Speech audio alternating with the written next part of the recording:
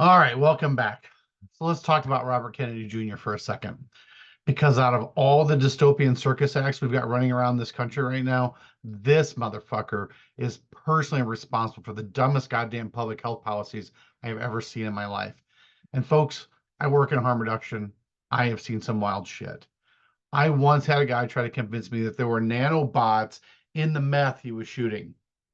And that guy is actually probably more qualified to run the country than Robert fucking Kennedy Jr. So for those of you who don't know, Bobby here, because I refuse to call a grown man Robert when he's out here talking like he just sucked on a helium balloon. This dude is in recovery from heroin dependency.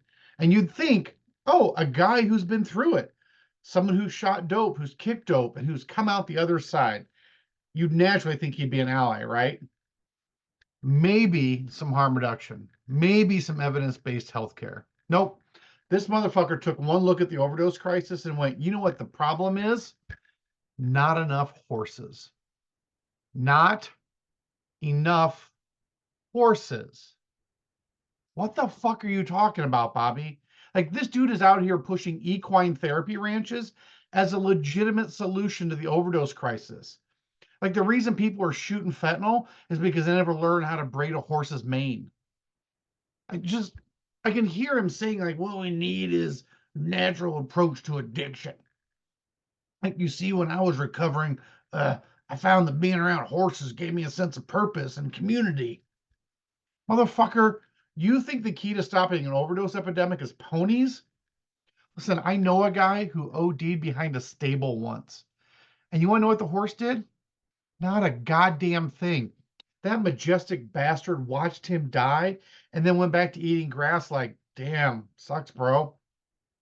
Look, I'm not saying horses aren't nice.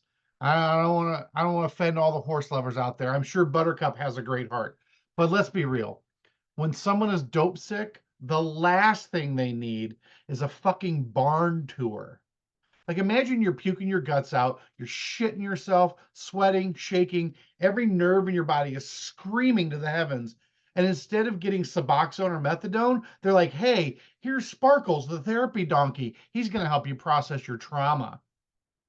Bitch, give me some Suboxone. But no, no, no, no. According to Bobby Jr., medications, the ones that actually save lives, are just replacing one addiction with another, which is the dumbest fucking take. Because by that logic, the glasses are just replacing blindness. Oh, you're treating diabetes with insulin? That's just replacing one sugar addiction with another. We need a holistic approach. Just some fresh air, a 12-step meeting, and riding a horse through the power of Christ. Yeah, you know what else is holistic, Bobby? Being dead. Because that's as natural as it fucking gets. But it gets worse because this dude isn't just fucking up addiction treatment.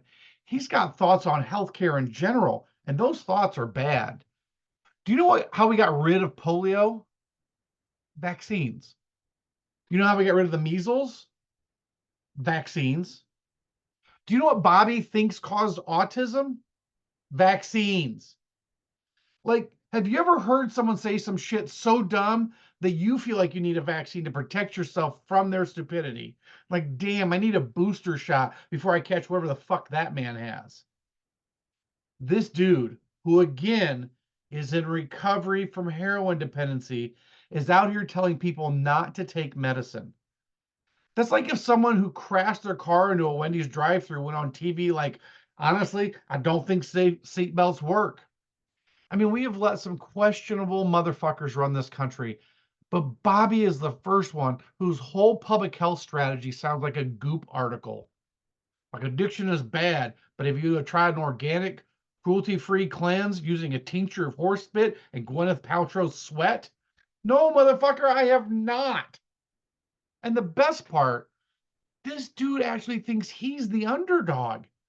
Like, he thinks he's fighting the system and exposing the lies and bringing truth to the masses. But motherfucker, you are the system. You are literally a Kennedy. You don't get to stand on a pile of generational wealth and tell us you're just like the little guys.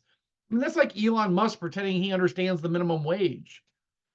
I'm not part of the system. I just fight for the people. Just me, my horse, and my trust fund. Like, I swear to God, if 2028 rolls around and this dude is somehow the Democratic nominee, I will personally walk into the ocean.